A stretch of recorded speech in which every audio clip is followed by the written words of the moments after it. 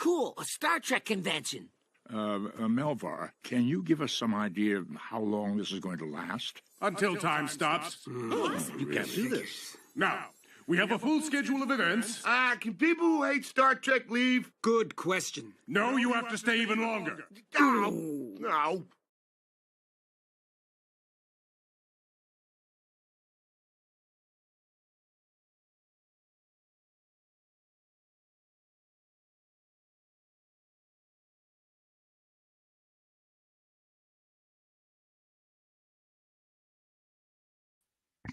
Okay, hello. Welcome back to Classic Comics and another Trek Talk live stream.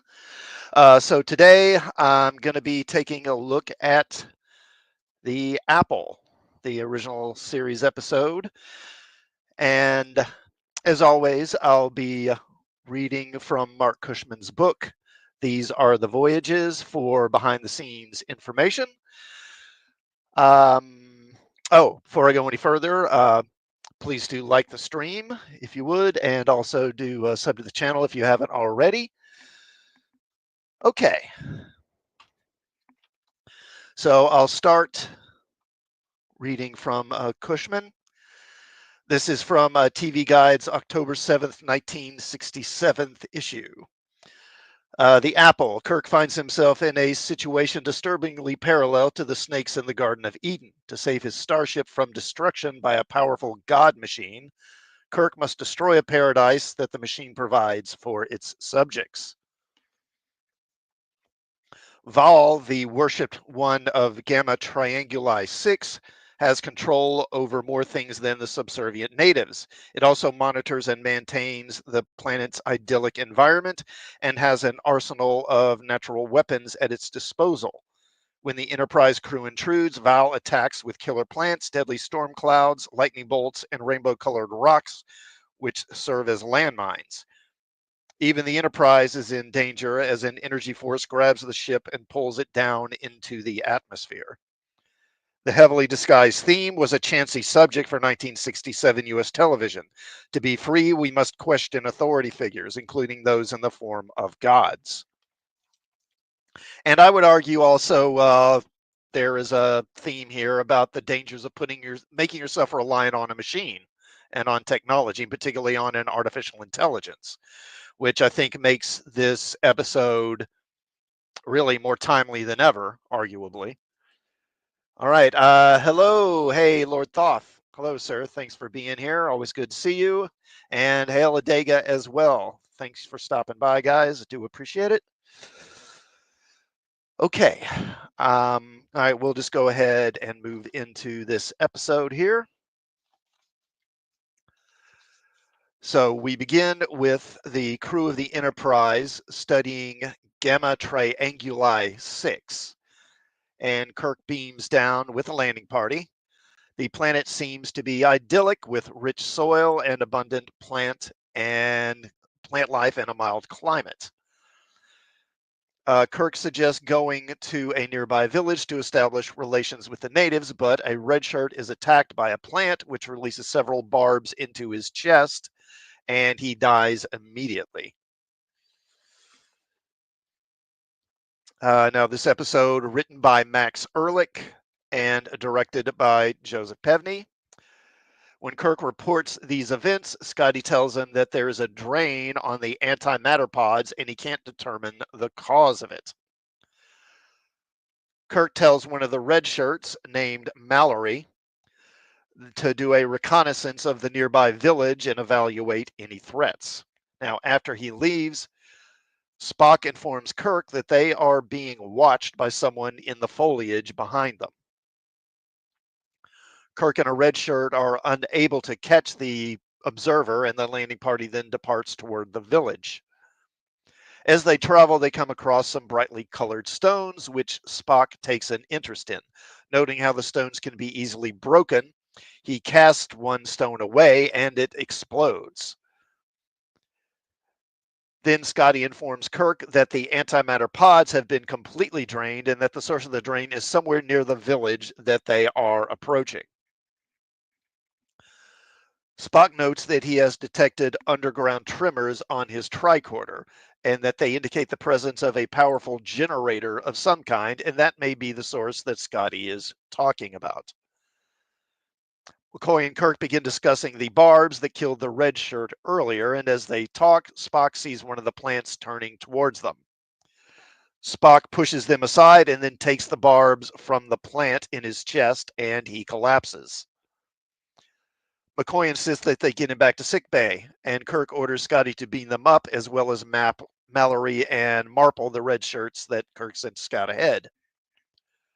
The problem with this is that when they try the beam up, it fails. And Scotty tells Kirk that something is inhibiting the transporter and they can't get a lock on the landing party. Then Spock awakens, and he is seemingly, I tell you, Spock takes quite a beating in this episode. He gets shot by the plant. He gets zapped by a force field, and then he gets struck by lightning. And yet, after every one, he's just sort of fine. Like, no problem. And there's never really an explanation for why the plants don't hurt him. I guess just because he's a Vulcan and it doesn't work on his physiology. I don't know. Now, Spock notes that for something to affect the Enterprise from the planet's surface, that would require a tremendous source of power. And no sooner has he said that than a storm suddenly appears and a red shirt gets struck by lightning and is disintegrated. And this is also a episode with a pretty high body count. A lot of red shirts going down. This is one of the episodes that really racks up the deaths. Now, Mallory contacts Kirk and gives him the coordinates of the village, and they head in that direction. As they approach, Mallory moves towards them, and then he steps on one of those explosive rocks, and he is blown up and killed. Kirk mentions that Mallory's father helped him get into the academy and chides himself for letting his crewmen get killed. Spock notes that he was ordered to explore this planet and he couldn't have foreseen these events and therefore shouldn't blame himself. Then Spock tells Kirk that the person that was watching them has returned. Spock and Chekhov create a diversion or a distraction by arguing with one another while Kirk sneaks up on the intruder and he punches him. Because, you know, that's what we do in Starfleet. We just assault people for no real reason. It's one of the natives who begins to weep and seems puzzled by Kirk's display of violence. Realizing that the person isn't a threat, Kirk says, "I won't hurt you." And then the native, who says his name is Akuda, then points out, like, you just hit me. And Kirk's like, "Well, I won't hurt you again." Okay. Yeah, we call that first contact. Yeah.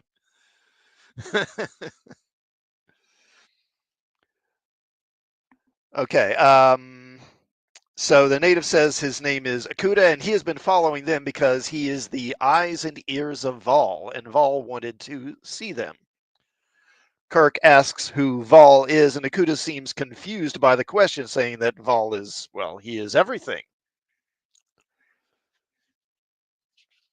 Akuda says that he is the leader of the feeders of Vol, or children of Vol.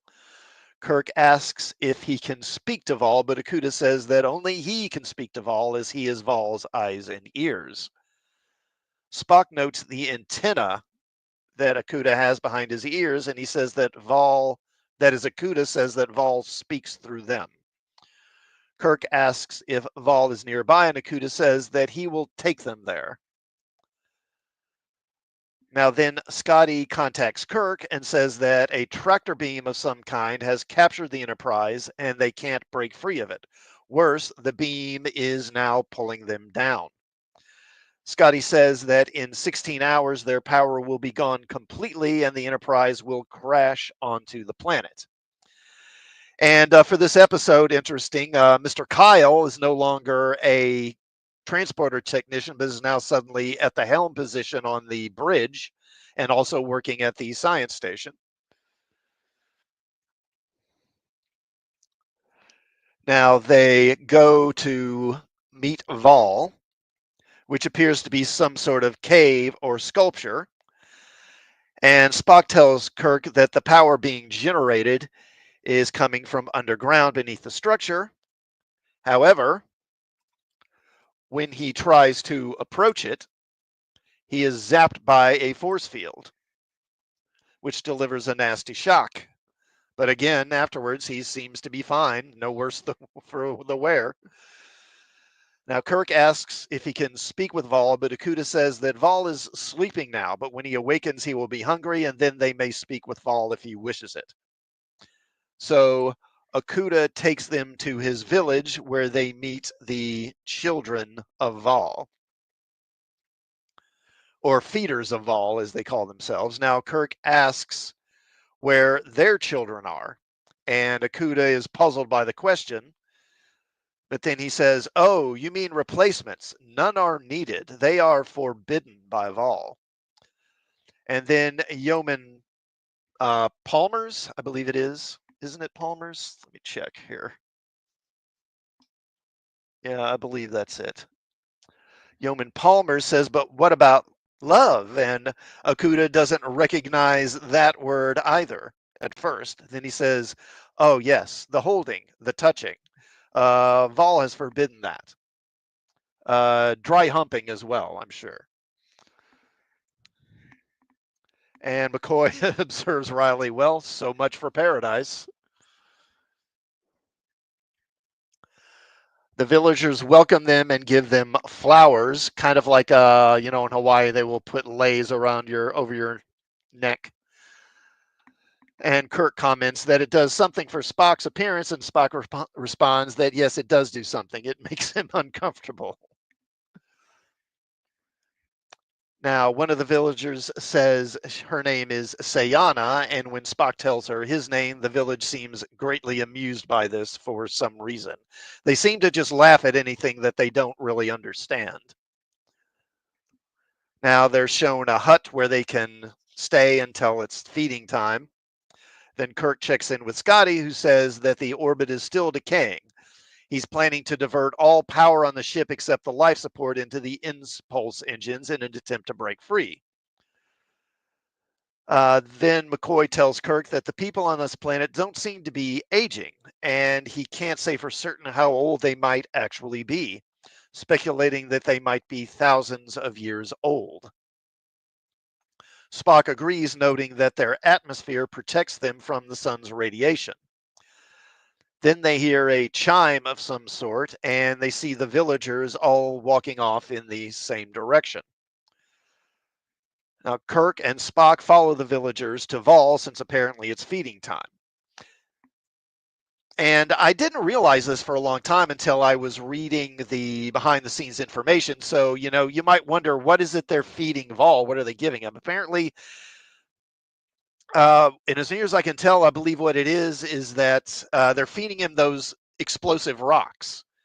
Apparently, in like earlier drafts of the screenplay, this was played up more, where these rocks are basically kind of like coal or something, and they're basically fed to Val to energize him, to power him.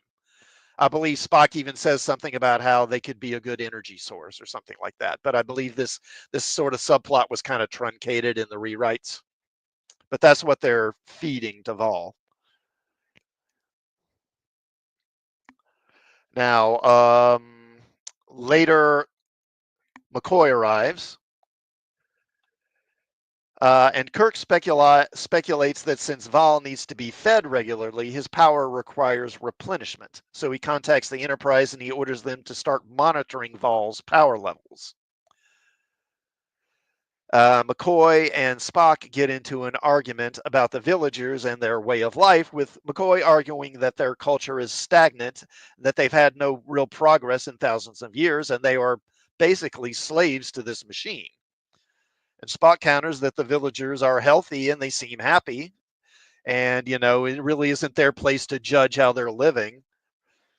And chiding McCoy for applying human standards to a non human culture. And Kirk, I love Kirk in this scene. I mean, he just kind of looks like he's just like, I don't know, just kind of miserable, like he'd rather be somewhere else. And Adega says it's over 9,000.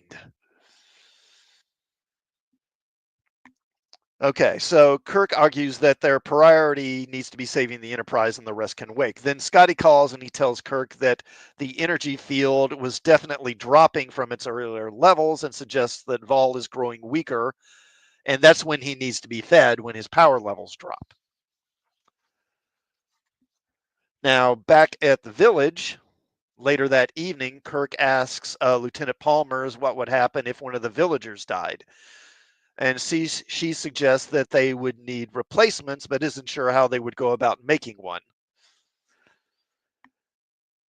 Then her and Chekhov take a nighttime stroll together and discuss the Enterprise and whether it will be destroyed. And they don't seem too terribly concerned about the fact that their ship and all their friends and fellow crewmen are about to die.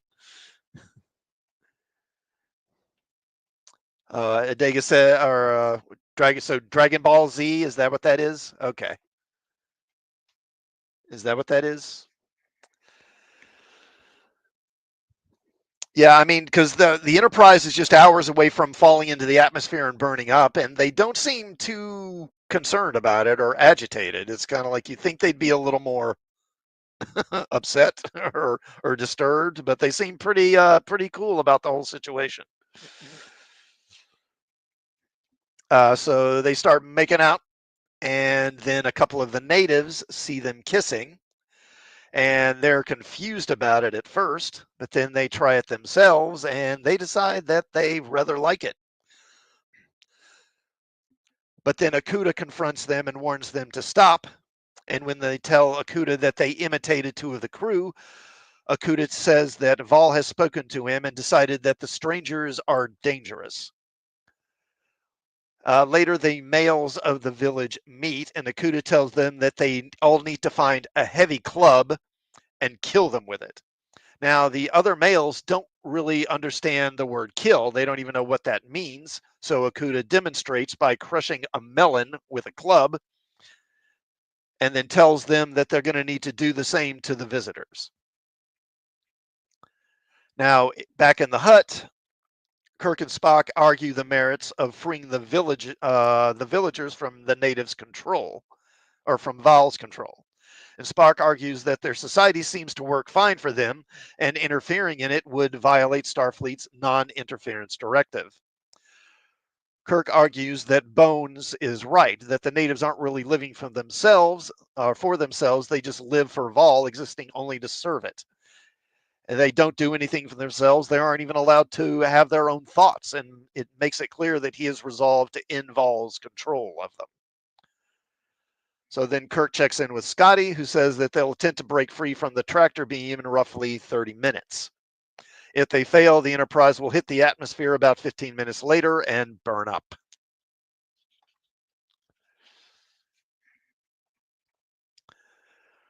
Then Spock tells Kirk that the natives seem to have vanished, and they go to Vol, and Kirk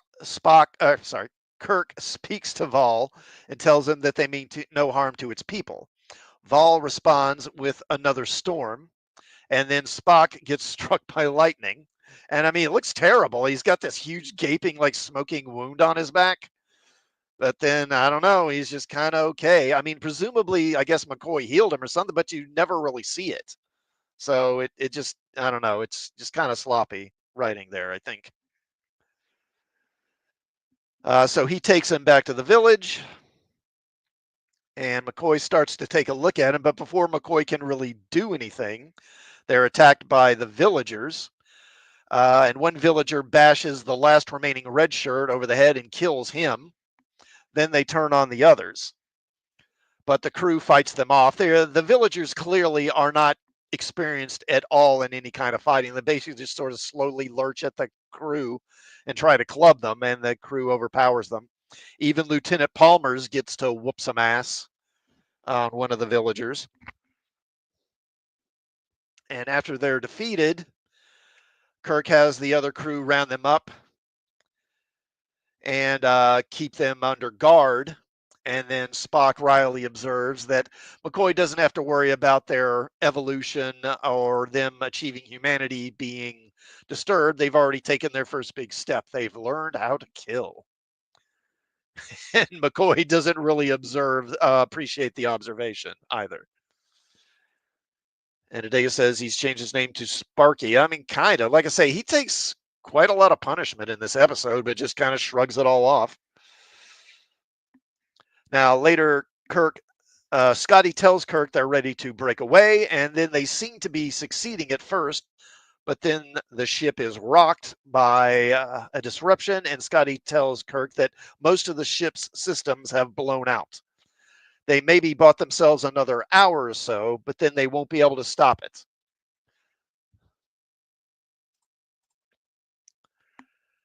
Now, then the chime for Val's feeding sounds, and the natives try to go and feed Val, but they keep them from going to the village by, threatening them with their phasers. And then Kirk tells Bones to make sure that they don't leave the village and not to let them feed Val, because obviously this means his power is getting low, and maybe this will give the Enterprise the opportunity it needs to escape. So Kirk and Spock go to Val, and Kirk orders Scotty to fire the phasers on Val, hoping to drain its power even more quickly. So the phasers fire, and Val responds with another storm. But the attack succeeds, and Val's power drains away, eventually leaving Val, quote unquote, dead. And with Val powered off, the Enterprise is able to stop their descent, and the ship is saved. Now, in the aftermath, the villagers ask how, with Val dead, they will live since he took care of everything for them. And Kirk tells them that they'll have to learn to care for themselves with some help from the Federation, and tells them about freedom and love, and that they'll enjoy it and learn to live for themselves. Now, back on the Enterprise, Spock expresses concerns about what has happened and suggests that they have, in effect, given the children of Val the knowledge of good and evil, and as a result, they have lost paradise, comparing their actions to Adam and Eve being cast out of Eden for eating the apple of knowledge. And Kirk asks if Spock is comparing him to the devil, and asks if he can think of anyone else on the ship that might resemble the devil more than Kirk. And Spock says, well, he's sure he doesn't know of anyone who might fit that description. And it ends there. So, this was a pretty solid episode, not a great one. I'll give it a B+. Because of some of the plot holes, I think there is some sloppiness to the writing here and there, but it's kind of slow. But overall, it's enjoyable. It's just kind of a good, solid episode, no more than that. And it does really kind of borrow a lot of elements from previous episodes. It is really kind of almost a cobbling together of elements from other episodes. Okay. Let me take a drink of water right here, right quick.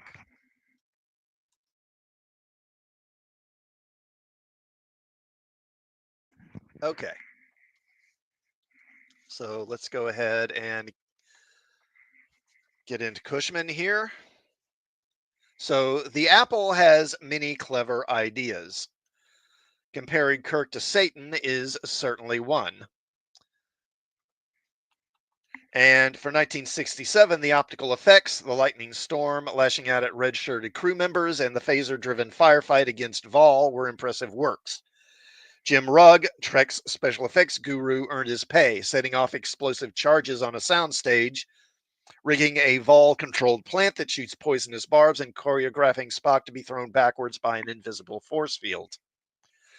Matching the special effects was the wacky-tacky set with rich green coloring everywhere. Let me bring that up here. There's a good look at the set.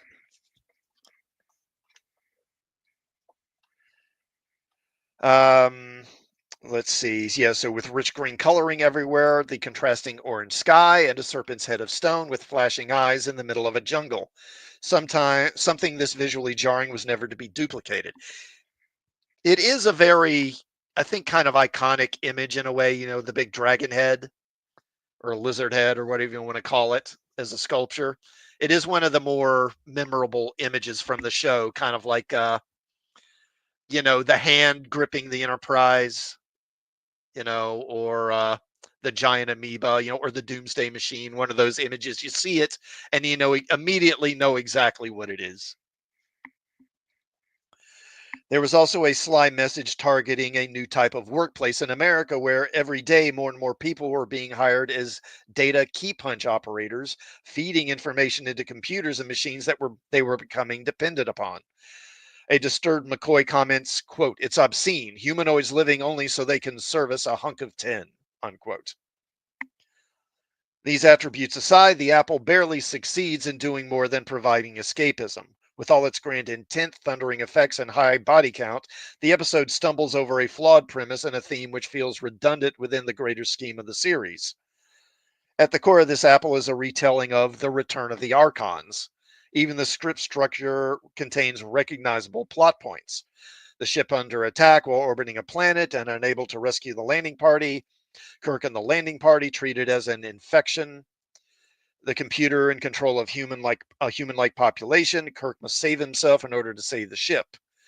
We saw the formula to some degree before in A Taste of Armageddon, Cat's Paw, and Who Mourns for Adonias. Even the big finale to the Apple with the Enterprise phaser beams knocking out the plant's power source seems recycled from Adonias, with the biggest stumbling block being that the natives speak English, even though this is their first contact with people from Earth. And honestly, the one of the things I knock against the episode is that it takes so long for Kirk to decide, just phaser the thing.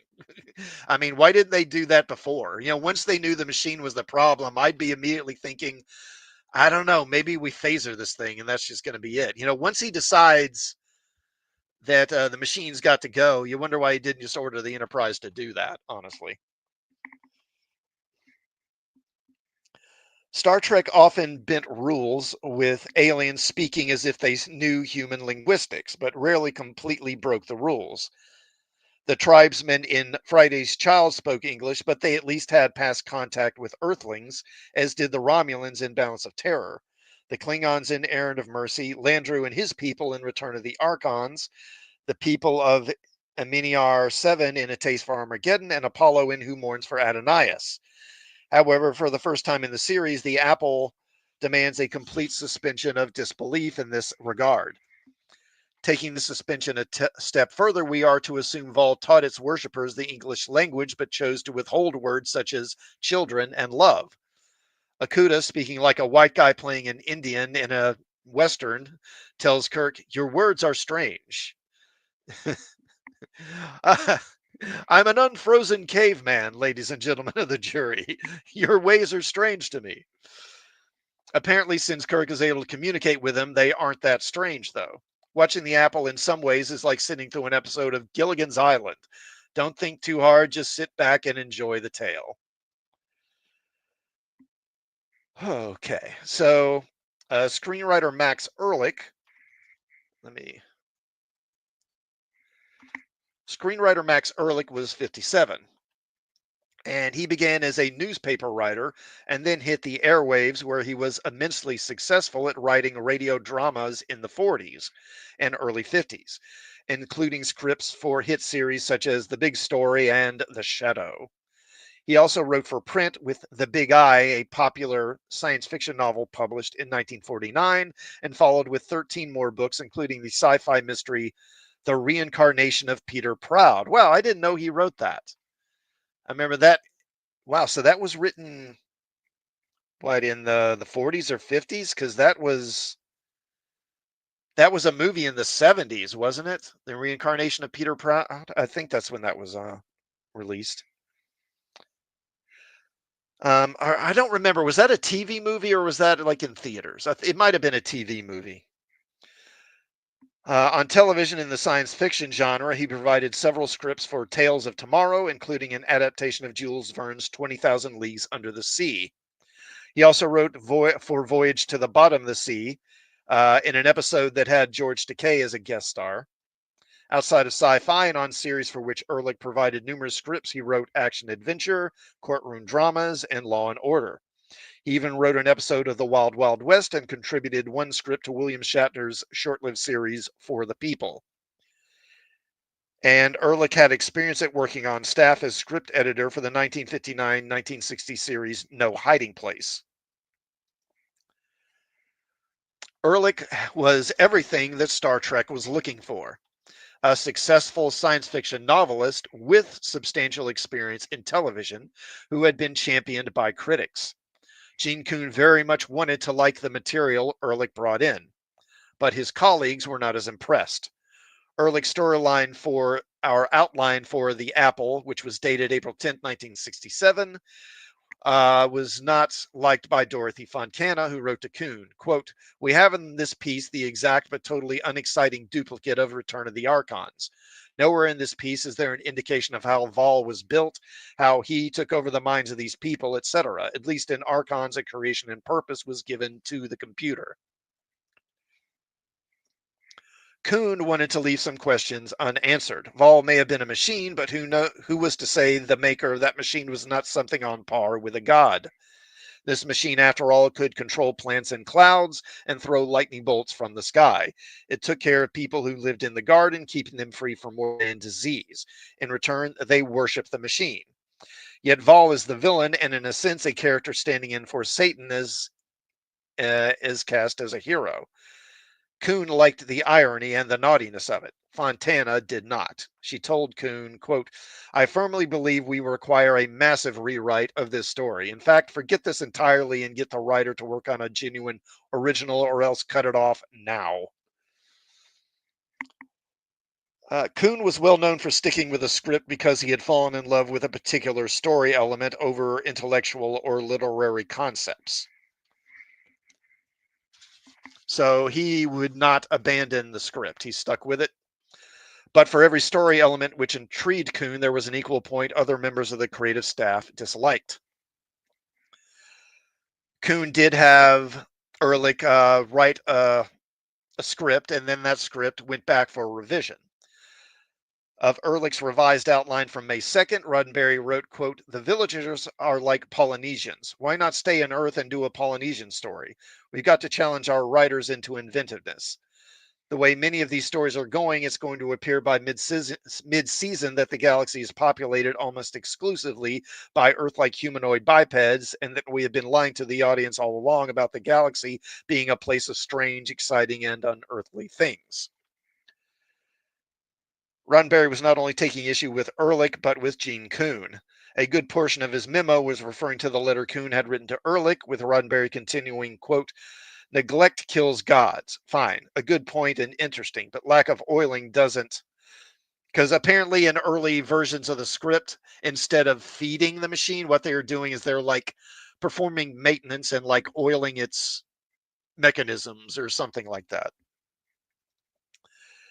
If our theme is what really is a god, then let's challenge the writer to develop that theme in a meaningful way. At the end of the story, what have we gained? We have gotten back to the Enterprise, but is that all? At the risk of being cruel, I think we must ask the writer, was this trip really necessary? Later that day, Stan Robertson, on behalf of NBC, gave Coon permission to develop The Apple into a screenplay with 3 conditions. It had to be made less similar to Return of the Archons. It had to be more believable, and Coon was told to toughen up the story. On May 29th, Ehrlich's second draft script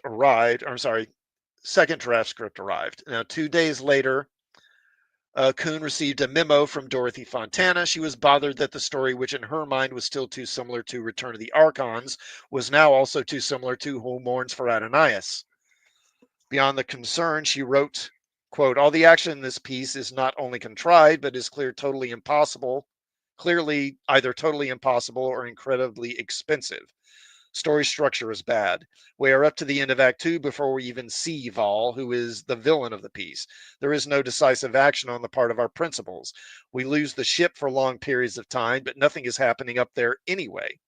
There is no sense of jeopardy or urgency about our people's predicament, and the resolution is far too easy and contrived. I recommend a total rewrite and restructure of this story.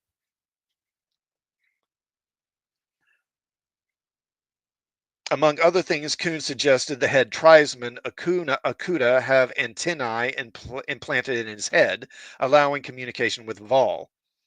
Also, the Enterprise needed to be under attack, drawing the ship into the atmosphere and, more importantly, into the story.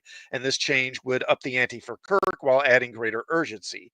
Then there was the depiction of the series regulars, which was all wrong. Ehrlich's draft fell short of the logical perfection that Kuhn sought. It fell even shorter by Justman's measuring. Who wrote to Kuhn in a memo, quote, "I have just finished reading The Apple. Please rewrite this." Kuhn decided not to ask Ehrlich for another script draft. Instead, he paid Ehrlich off and then he rewrote the teleplay himself. Fontana, usually a fan of Kuhn's clever and heartfelt writing, delivered a slap to her boss's face concerning the June 28th rewrite. Her 8-page memo in part read, quote, "You know my strong feelings about this script. I think it would be a big detriment to us to even think of shooting it in its present shape. It is flatly a monumental bore." Robert Justman told Kuhn that he had cleaned it up enormously, but Justman still felt there was much work to do with the script. Work that would need to be done quickly, with filming scheduled to begin in just 3 weeks. Justman envisioned the frightening idol standing 15 feet high with a mouth large enough for the villager inhabitants to step into while feeding them the fissionable rocks to the machine god. It was also Justman's idea to replace the scene where a tree falls on one of Kirk's security men with something more science fiction-y, a plant that could project barbed, deadly-looking lances. He also suggested changing the laser balls from the sky to something more godlike, such as lightning bolts. And Justman suggested Vol's eyes light up each time these lethal acts take place. So Justman, who usually didn't really have that much involvement in the script, he actually contributed quite a bit here. Gene Kuhn was soon at his typewriter incorporating Justman's ideas into the teleplay. His final draft was distributed to the department heads 1 week later, with less than 2 weeks left before the start of production.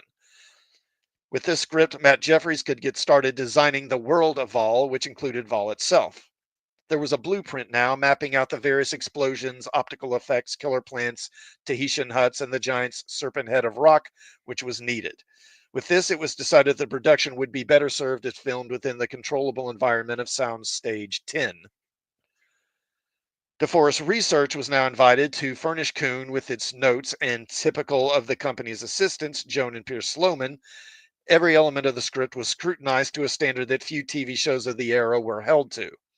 In regard to the name of the planet, Delta Milo 6, Joan Pierce, after consulting science fiction buff Sloman, wrote the following.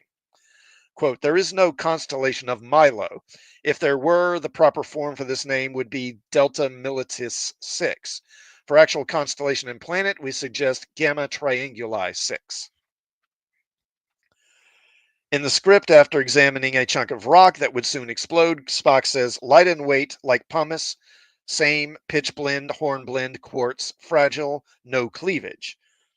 Of this, Pierce said, quote, "This description of the rock is scientifically unacceptable. The proper name for pitch blend is uraninite. It is extremely heavy. Hornblende is also very heavy and has excellent cleavage. Quartz is also fairly heavy. Since Spock can break the rock with his hands, the sample would seem to have good cleavage to make this possible. For scientific credibility, we suggest delete light and weight like pumice, change pitch blend to uraninite, and change no cleavage to good cleavage." Hey, we all like cleavage, right? Clearly, less scientific sci-fi series such as Lost in Space did not consult DeForest Research. Yeah. While the other departments kicked into high gear, Kuhn turned out a revised final draft, followed by a second revised final draft 1 week after that on July 12th. on July 12th, just 2 days before production was to begin. Okay, now Joseph Pevney, Star Trek's best action director, was given the chore. Working with Jim Rugg, he had already directed explosions for Arena and Friday's Child. The Apple explosions would be a snap. Or would they? Hey, let me take another drink of water right quick here.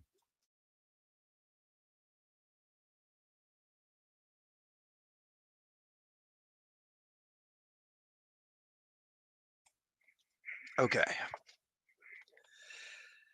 Keith Andes. Let me find him here.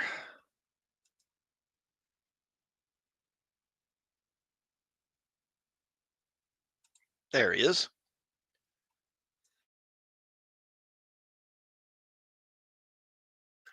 Okay. Appearing as the copper-skinned, bleach-haired Akuda, Keith Andes was 47. Since the age of 12, he had been performing on radio. In the early 1950s, Andes was billed as a leading man in smaller Hollywood films, including such roles as Johann Strauss in 1955's The Great Waltz, and appearing in the arms of Marilyn Monroe in 1952 in Clash by Night. On television, he regularly worked throughout the 60s and 70s, including stints on The Outer Limits, where he appeared alongside James Doohan. And just before coming to Star Trek, he did a 3-episode story arc as an American agent gone rogue on I Spy. He also had his own short-lived series called This Man Dawson. Celeste Yarnell. So let me find her here. Let me find a better image of her.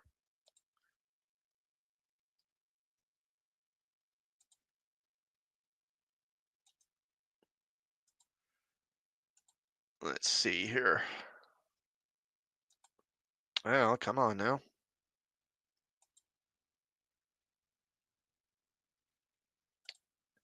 Okay, there she is. There's a good one of her.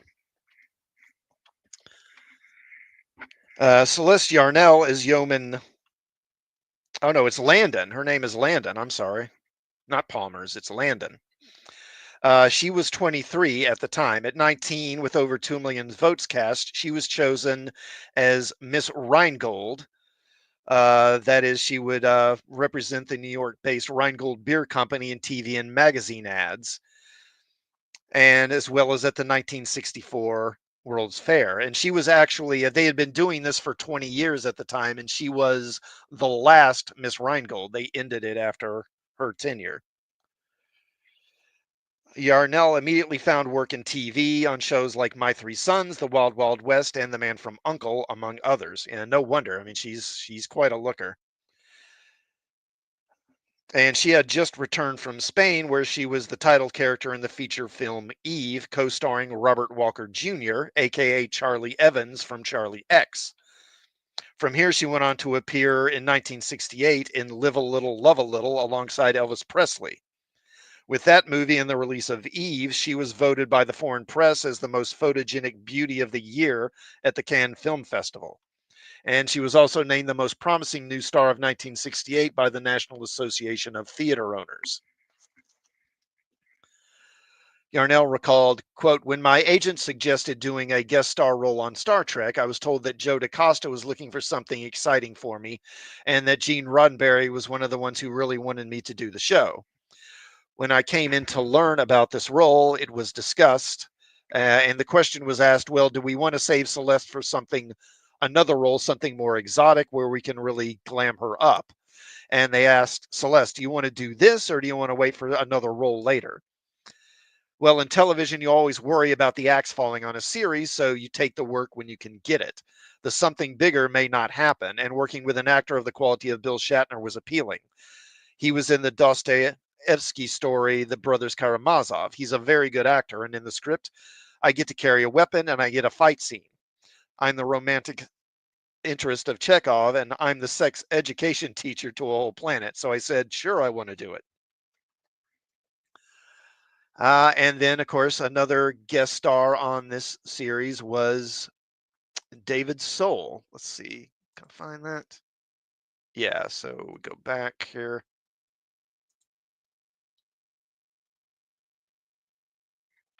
Oh, come on. Work with me here.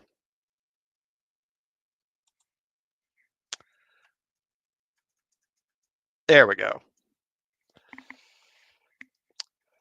So David Soul was 23 at the time. 1 year after this, he would gain fame alongside Star Trek players Robert Bound and Mark Leonard, as well as teen heartthrob Bobby Sherman in Here Come the Brides. His biggest success as Hutch on Starsky and Hutch was still 8 years away. After a 3-episode layoff, Chekhov returns. Well, now I have to go back to the other images. There he is. This time, though, he's no longer wearing the wig that he had in the early episodes. His hair had grown out enough now that he could sort of pass as a Davy Jones knockoff without the wig. Yarnell said, quote, I'd been warned about Walter having to wear this wig, but it looked like it was his hair to me, but I had been prepared for it. John Winston also returned as Lieutenant Kyle, this time assigned to the helm. Quote, I was getting lead roles in small stage productions during this time that satisfied the actor in me. It was Star Trek that was paying the bills, and because I gave them what they wanted, which was basically to show up on time, know my couple of lines, hit my marks, and not make problems, they kept bringing me back and giving me more to do with each appearance. Shari Nims played Sayana, the native girl who has a romantic scene with David Soul. There she is.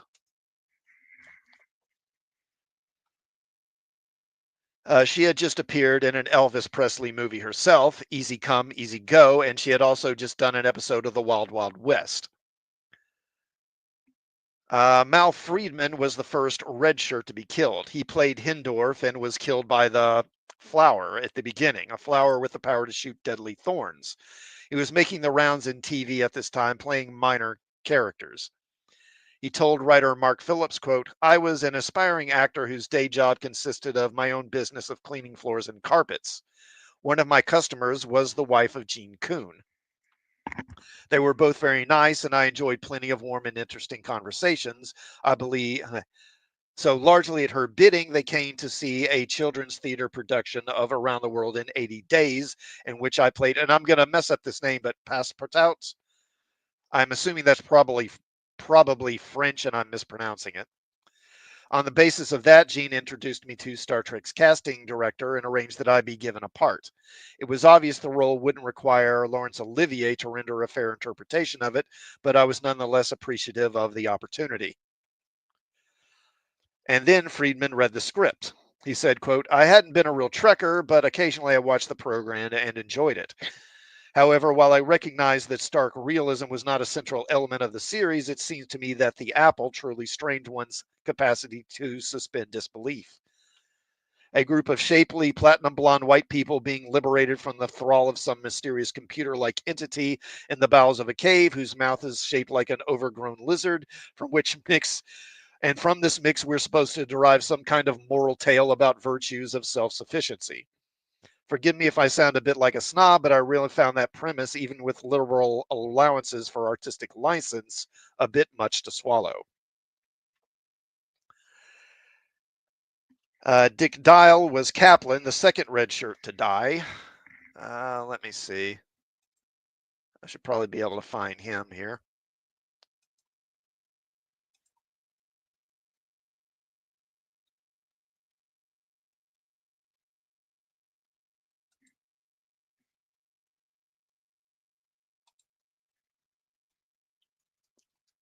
There he is. He worked on numerous Star Treks as a stuntman. He had actually been Lloyd Bridges' stunt double on Sea Hunt for most of that series. He was currently working as Peter Graves' stunt double on the Desilu lot at this time for 88 episodes of Mission Impossible. And now it's funny that that is the case because for a long time I thought that Okuda was played by Peter Graves. That's who I thought Okuda was. I didn't realize it wasn't Peter Graves until fairly recently. Okay, Jay Jones was the third red shirt to die. He played Ensign Mallory, the guy that gets, there he is, the guy that gets blown up by a combustible rock. He had also played Jackson, the red shirt who dropped dead off the transporter platform in the teaser for Cat's Paw. He often did stunts, usually standing in for James Doohan. The Apple marked the second time that Jones would have to go to the hospital after doing a stunt on Star Trek. He had already made one trip after doing a stunt on Who Mourns for Adonias.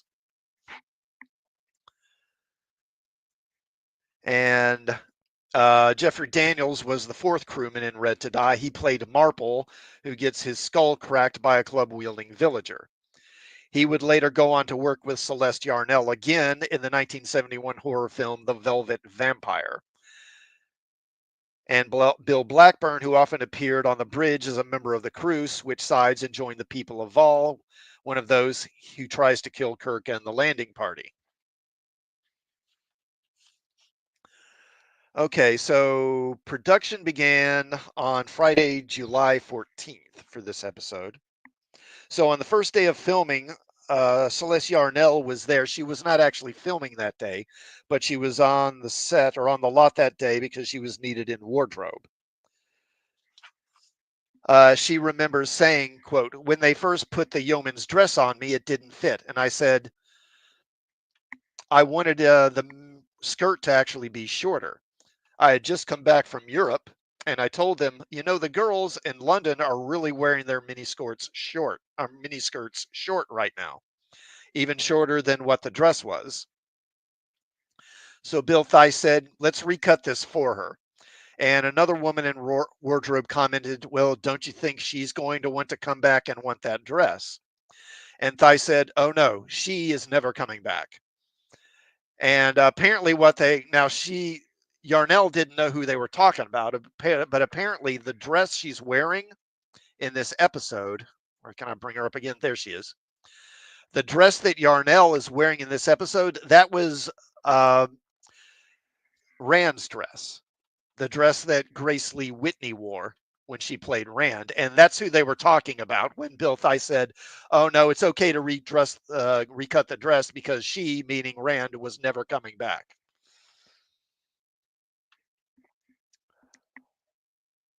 Okay, now this is an episode that has quite a few special effects in it. The special effects were accomplished very simply, said Mal Friedman, who played Herndorf. They stopped the camera and put a circular-shaped styrofoam pad under my tunic, then stuck in the thorns and put me back in position and started rolling. And there was a puff of smoke and wah-wah, there I was with thorns in my chest. After shooting the scene where Spock, standing next to Kirk and McCoy, tosses away a rainbow-colored rock, the production abruptly stopped. Let me bring this up. Where is it here?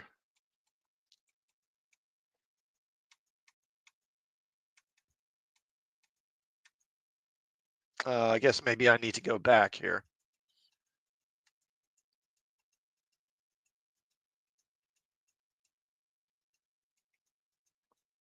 There we go. Yeah, here we go.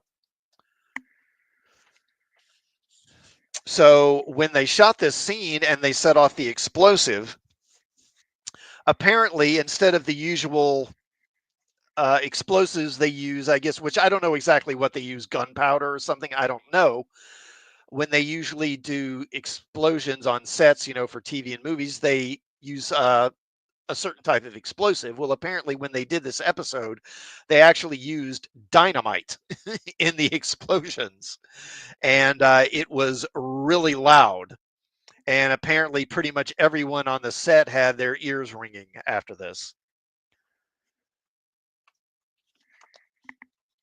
DeForest Kelley recalls, quote, there was a big explosion that blew up in front of us and the special effects man had placed TNT in it. That's what it sounded like. It was a terrible explosion and the three of us absolutely went deaf with it. The moment was captured on film. Watch when Spock discards the rock and it explodes. Shatner puts his hand to his ear as the concussion hits and the three stars nearly fall over.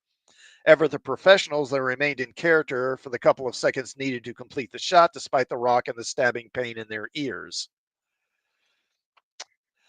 The explosions were immense, Celeste Yarnell said. They didn't give us cotton for our ears. I don't remember anyone even yelling fire in the hole. I just remember stuff going off around us, and being on a soundstage, there was a lot of reverberation. It was awful. It really was. I remember there are a lot of people yelling, "That was too much." Kelly said, quote, "We went into a doctor's office, and it was a pretty big shock when all of us came in costume." Let me take a drink of water right quick here. Hold on.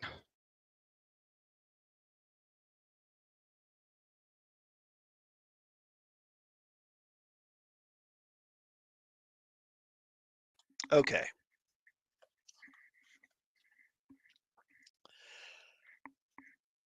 Less funny were the after effects. 2 decades later, Kelly admitted, quote, "I have a constant reminder of that episode, a constant ringing in my ears." Yarnell acknowledged that Kelly was not alone, saying, quote, "That's when Bill Shatner had his ears damaged and they've rung ever since. He got tinnitus from it."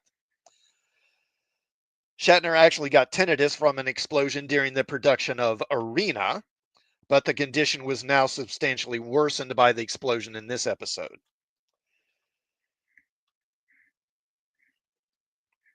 And then there was another mishap with the explosives when what's his name? When Jay Jones, I believe, yeah, Jay Jones, who plays Mallory, steps on one of the rocks and gets blown up. Okay, I didn't get a screenshot of the explosion. On day 4 of shooting on Wednesday, a short move put them into the clearing where he quickly captured all the sequences needed from this area, including the death of the third red shirt, Mallory, by one of the landmine rocks. This resulted in another casualty among the cast.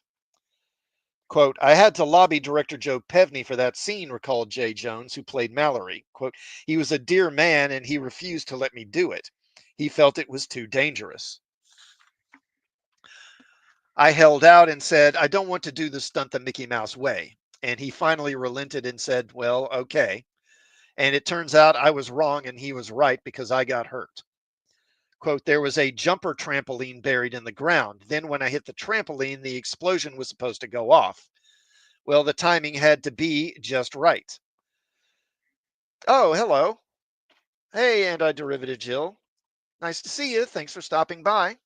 A pleasure to have you here.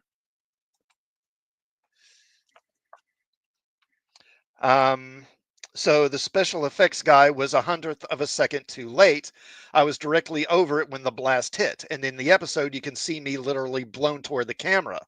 The force hit me in the stomach. It burned my side and blew the skin off my rib cage and sent dirt up into my sinuses. I couldn't breathe or open my eyes. They had to rush me to the emergency room. They had filmed the explosion from another angle as well, and it was incredible. I looked like a human fireball. It wasn't even used because NBC felt that it was too violent. Representatives from NBC Standards and Practices were on set watching like hawks. Gene Coon had snuck some sex talk into the script, and it was something that no one on Family Hour Entertainment talked about in 1967. But Kirk talks about it in that hut. He wonders what would happen if one of the feeders of Vol were to die in an accident. How would they then create replacements? And Yeoman Landers is put in the hot seat and asked to speculate. Looking flustered, she says, if they don't know how, that is, if they don't seem to have any natural, how would it be done? And Spock says it is reasonable to assume that they would receive the necessary instructions. And McCoy interjects, that I'd like to see. And Jill says, oh, that's a shame to go through that pain and not even have your scene aired. Yeah, I'm not sure. I think he maybe just means from that angle. I'm not sure because, like you said, they filmed it from a couple of angles. So I think maybe it was just that one angle they didn't use. Yeah. Yeah. Life finds a way. I don't know. Does someone go out and just check under the native skirts? I don't know. Okay. So Yarnell said they were really concerned. They didn't want it thought that I was spending too much time in this hut with 4 or 5 men. It was explained to them by the producers that this is the 23rd century, and that means that men and women are equal. There's no reason for concern, but that didn't matter. This isn't the 23rd century. This is 1967, and this is American TV. So they wanted some changes made, and some good moments were left on the cutting room floor.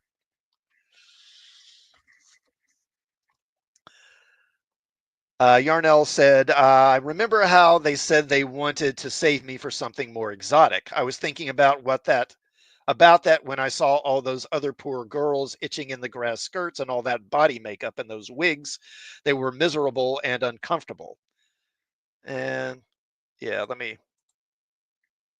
so apparently and one thing I've thought about, and I don't know if this is the case or not, but they have this kind of bright reddish skin, and I feel very confident that they got this from the Barsoom novels, because in that the Red Martians, the one that Carter mostly interacts with, they have red coppery skin. And I'll bet you anything that that's where they got that from. And the White Martians, they actually wear these blonde wigs. And I suspect that that's kind of what their look is. It's kind of a combination of the red and white Martians from the Barsoom novels. I don't know that, but it's not like this would be the first episode or the only episode where they borrowed elements from the John Carter novels, like the Magatu, which is obviously a white ape, which is obviously drawn from the John Carter stories. David Soul, he was pretty itchy too, all painted copper with the body makeup. They'd have to go to lunch in it and walking into the commissary. And I remember thinking, thank God I can just wear this mini dress. Next up was the fight. And Yarnall said, none of us were singled out as not being capable. The fight scene comes later here. Here we go. Yeah. So, and this isn't her. You can tell it's a stunt double. And Jill says, yeah, sounds possible. Yeah, I suspect that's it, but I can only speculate. Anyone who ever knew, I guess, what Ehrlich wrote it, I don't know if these elements were what he put in or maybe Kuhn put that in. I don't know. I participated in a fight scene. It was very good for the liberated spirit of today's women because I think we were treated as equal. The show was progressive that way. The female yeoman survived the fight, and Marple, the last of the red shirts, did not. And with this, the Apple marked the highest body count of Enterprise men in red to date.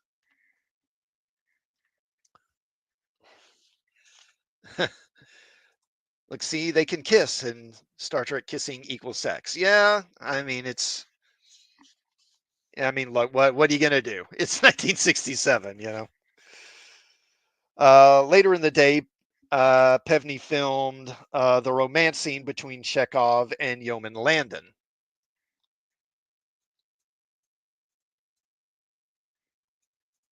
Yeah, speaking of kissing, and Celeste recalled Walter was very nice, but I had a particular problem at the time. See if I can find. I guess I don't have a good shot of it. She says, at the time, something had happened when I was in Europe. I had used a cosmetic on my nails that caused a serious nail infection. And when I got back to the States, it got worse and worse. And right before the filming, I'd gone to a dermatologist, and he literally drilled my nails from the nail bed out. So in every shot, you'll see me hiding one hand. I believe it's the right hand because I had no nails on that hand, and I wasn't allowed to cover it up because there was a tincture that had been painted on my nails to try and kill the infection. So you'll see me folding my arms a lot.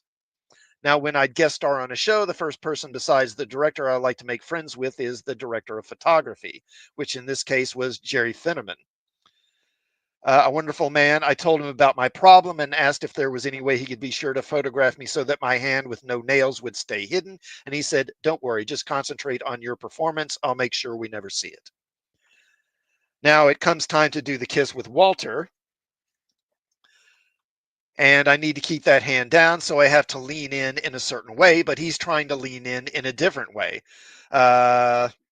Koenig recalled, quote, I was feeling rather flattered by the aggressive way she grabbed hold of me until I realized she was trying to position me so that it was her face that dominated the camera frame. I guess that's what you call tricks of the trade. Yarnell added, I didn't know at the time, and he hadn't been told about my hand and the reason why we were positioned as we were. So he's wanting me to turn a certain way, but I couldn't, and this meant his head was blocking mine from the camera, and I'm trying to go against this, and he's trying even harder to get me do it his way. And Jill, yeah, I don't think anyone had noticed that. I certainly never had. Okay. All right. Now, with the Apple pricing out at $20,590 over the studio's per episode allowance, the second season deficit for Star Trek grew to $137,441, or nearly $1 million in 2013's deflated dollars. Desi Liu was bleeding out financially. Yeah, they're confused by it. Again, it's one of those where they're sort of confused by human foibles and all that.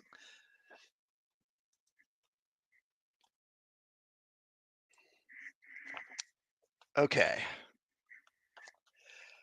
While the Apple was not considered a favorite by very many Star Trek fans or some of the creative staff, one person was so bothered by what he saw, he actually became ill. Jay Jones, who went to the hospital after the explosion that killed his character, Mallory, said, my dad was a huge Star Trek fan, and when watching that episode, he could tell that the stunt had gone wrong. He had been a stuntman his whole life, and when he saw that stunt on TV, he knew that I really ate it badly. He literally got ill from watching the episode.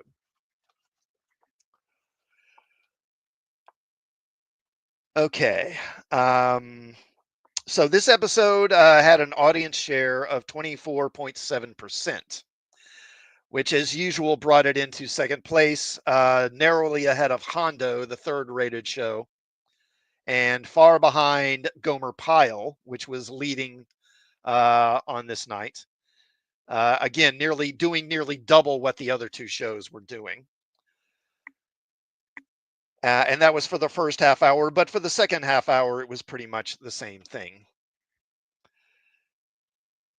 Now, Cushman does note here that how easily Star Trek beat its rival on ABC depended on where one lived.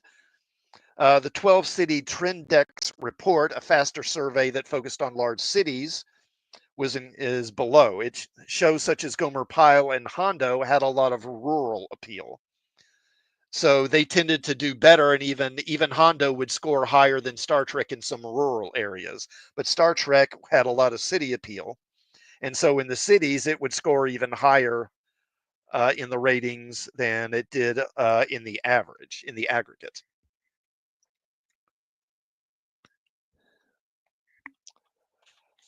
Okay. Dorothy Fontana recalls, quote, there are some scripts I'm not too enamored of, one being The Apple, which we made work, but it was not a good show. She really didn't like this episode, did she? She didn't like it at all. Other people love that show. Well, okay, your tastes are different than mine then, that's all. Celeste Yarnell was one of those who loved The Apple and finds its theme to be relevant to this day. As for the production, she said, quote, I did feel like an outsider that first day. I was intimidated. The cast was like a big family. They had this tremendous camaraderie, but after a day of filming, I felt very much at home. William Shatner was terrific to work with. He's an incredible actor and a lovely human being, and being beamed up was great fun. And like I said at the beginning when I talked about this, I think they talk about Cushman talks about the theme being the importance of questioning authority, and perhaps one would imagine also questioning religious dogma, particularly religious authority. But I think that what I always took from it, even as a kid, was the danger of being too dependent upon technology and letting machines basically run your life and do everything for you. The more, there's this line from Tron, where I forget his name, but it's the elderly programmer guy who says, when machines start to think for themselves, people will stop. And I think this episode's a good example of this. These people are they live, this sort of peaceful existence, and they have everything, they don't really want for anything as such. Certainly all their basic needs are met. But they're also, kind of, as McCoy notes, they're kind of stagnant. They're not progressing. They're not learning in any way. And without the machine, if the machine had broken down on its own, which eventually it would have, they'd be helpless. What would they do? Because they don't know how to do anything. The machine does everything for them, provides them food and everything. And of course, this is an issue in a number of episodes. The Return of the Archons, obviously, being one of those, which I already talked about. And Jill says, a fine episode, a little derivative of Archons. Yeah, it's like I said earlier, it feels like it's cobbled together from a lot of elements of earlier episodes, Archons, and Who Mourns for Adonias in particular. Mal Friedman, regarding his death scene as Hendroff, the guy that got shot in the chest with by the flower, told writer Mark Phillips in 2001, quote, "When people find out I played him, that's when I've seen the power of the Star Trek mystique. I felt a certain reverence and even awe given to me from younger people. The mere fact that I was a part of it, that alone is enough for